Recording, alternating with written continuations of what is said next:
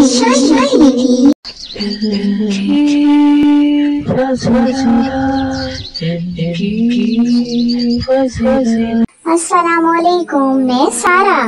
आज मैं आपको अपने बाबा जान से मिलवाऊंगी, जो कि आज हमें हमारे प्यारे नबी सल्लल्लाहु अलैहि वसल्लम के बारे में एक बहुत अच्छी सच्ची कहानी सुनाएंगी। तो चलिए चलते हैं। अरब में एक बच्चा जिसका नाम गुलाम था, वो बहुत गरीब था, जिसे 2 वक्त का खाना तक नसीब नहीं होता था।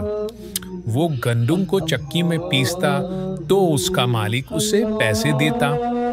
एक दिन वो बहुत बीमार था, तो जैसे ही हमारे नबी सल्लल्लाहु अलैहि वसल्लम को इस बात की खबर मिली, तो वो फौरन उसी जगह पहुंचे जहां वो बच्चा काम करता था। उसका मालिक उसे बहुत डांट रहा था कि गंदुम की बोरी उठा और जल्दी पीस कर काम खत्म कर, वरना तेरी चमड़ी उधेड़ दूंगा। ये देखकर हमारे नबी सल्लल्लाहु अलैहि वसल्लम को बहुत दुख हुआ। फिर वो उस बच्चे से कहने लगे, मेरे बेटे गुलाम, लाओ मैं पीस दूंगा सारा गंदुम।